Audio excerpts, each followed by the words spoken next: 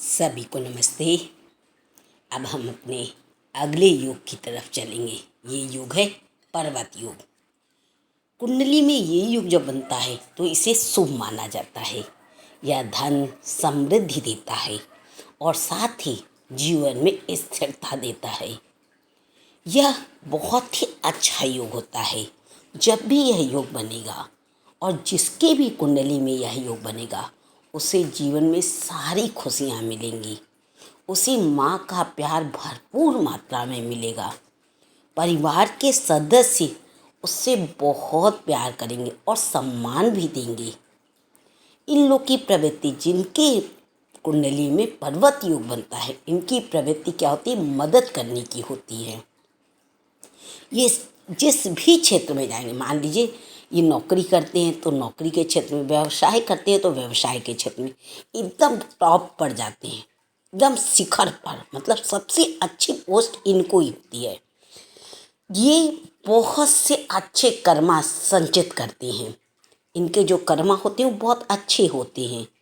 दूसरों से प्यार करते हैं, दूसरों की देखभाल करते हैं, आत्मविश्वासी होते हैं। इनकी इच्छा शक्ति बहुत दृढ़ होती है, बहुत दृढ़ इच्छा शक्ति वाले होते हैं। जो सोच लेते हैं वो करके दिखाते हैं। यह एक अच्छे नेता होते हैं। यदि पर्वत योग बन रहा है तो आप समझ लीजिए ऐसा व्यक्ति बहुत ही मेहनती होगा, धन्यवान होगा, समृद्धि वाला होगा, विद्वान होगा, बुद्धिमान होगा। इसकी जीवन रेखा बहुत लंबी होगी। ये स्वस्थ रहता होगा, ये रोज रोज बीमार नहीं होता होगा। इसे अपने शत्रुओं पर विजय पाना आता होगा, वीरता दिखलाता होगा, सफलता के लिए हर तरह के प्रयास करता होगा, दृढ़ संकल्प रखता होगा। स्वास्थ्य और रोग के प्रति यह बहुत ही जिम्मेदार होगा, बहुत ध्यान देता होगा, छोटी छोटी चीज़ों को ध्यान देता होगा। नाम, प्रशस्ति, सम्मान अर्जित करता होगा। धन कमाने में ये भाग्यशाली होगा। अपने काम के माध्यम से अपना नाम दूर दूर तक फैलाता होगा। ऐसा होगा पर्वत योग वाला व्यक्ति। अब पर्वत योग कब बनेगा ये भी जानना जरूरी है। ये जानने के लिए पर्वत योग आपकी कुंडली में बन रहा है कि नहीं, इसके लिए सबसे पहले आप अपनी कुंडली ओपन करिए। यदि कुंडली नहीं बनी है तो कुंडली बनवाइए। अब देखिए, क्या आपके लग्न का स्वामी किसी उच्च राशि में है या स्वराशि में है? लग्न क्या है हमने बताया था, पहला भाव, प्रथम भाव लग्न होता है। लग्न में जो भी नंबर लिखा है उस राशि को देखिए। राशि का स्वामी ग्रह कौन है, ये सब कुछ हमने पहली दिन की क्लास में आपको पढ़ाया था। लग्न का स्वामी ग्रह कौन सा है ये देखिए। अब उसको देखिए कि वह अपनी उच्च की राशि में या स्वराशि में। मान लीजिए आपके लग्न में 2 नंबर लिखा, 2 लिखा हुआ है, तो कौन सी राशि हुई? वृषभ राशि हुई। वृषभ राशि का स्वामी ग्रह कौन है? शुक्र है। अब हमें ये पता चल गया कि हमारा लग्नेश जो है वो शुक्र है। अब हमें देखना है शुक्र क्या अपनी स्वराशि में है। इसकी स्वराशि कौन कौन सी है? तुला और वृश्चिक, ये इसकी स्वराशि है।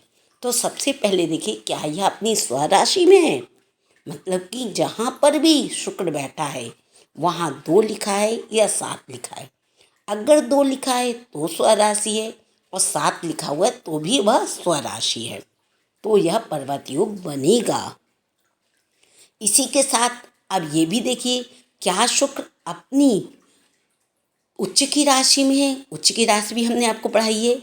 शुक्र की उच्च राशि होती है मीन। मीन क्या है? 12वां। जहाँ 12 लिखा होगा वहाँ पर क्या शुक्र बैठा हुआ है? क्या शुक्र मीन राशि में बैठा हुआ है?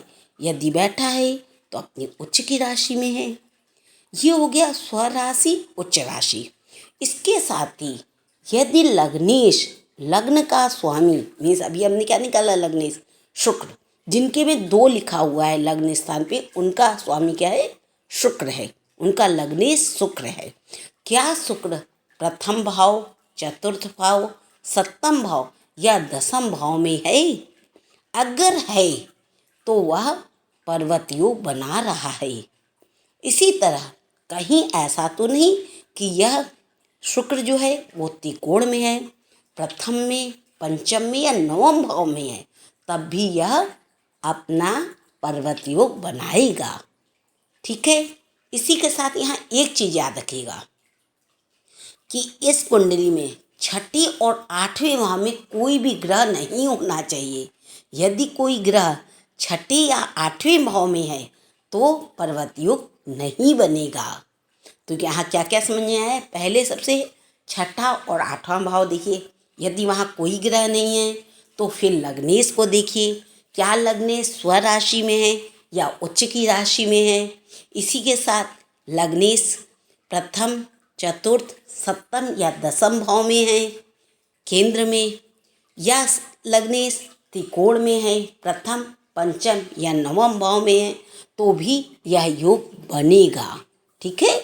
ऐसे देखिए, अब ये योग बन गया आपकी राशि में, आपको सुख सुविधाएं मिली, माँ का प्यार मिल रहा है, लोगों का सम्मान मिल रहा है, आप अपने क्षेत्र में शिखर तक पहुँच रहे हैं।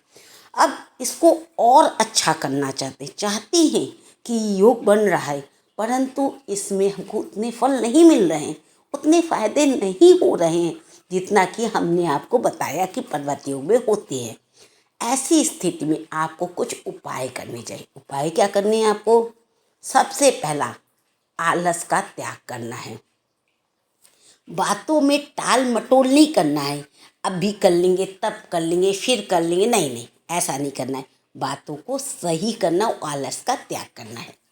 दूसरी चीज, माता पिता के बारे में कभी भी नकारात्मक विचार पैदा मत करिए, कभी कहीं नहीं कहिए, और अपने मन में भी नहीं लाइए कि मेरी मम्मी ने ये मेरे लिए निकाला, मेरे पिताजी ने ये मेरे लिए निकाला, ऐसा कभी मत करिएगा। तीसरी चीज, आत्मविश्वास को बचाइए, आत्मविश्वास बढ़ाइए, लेकिन ऐसा ना हो कि ओवर कॉन्फिडेंस हो जाए।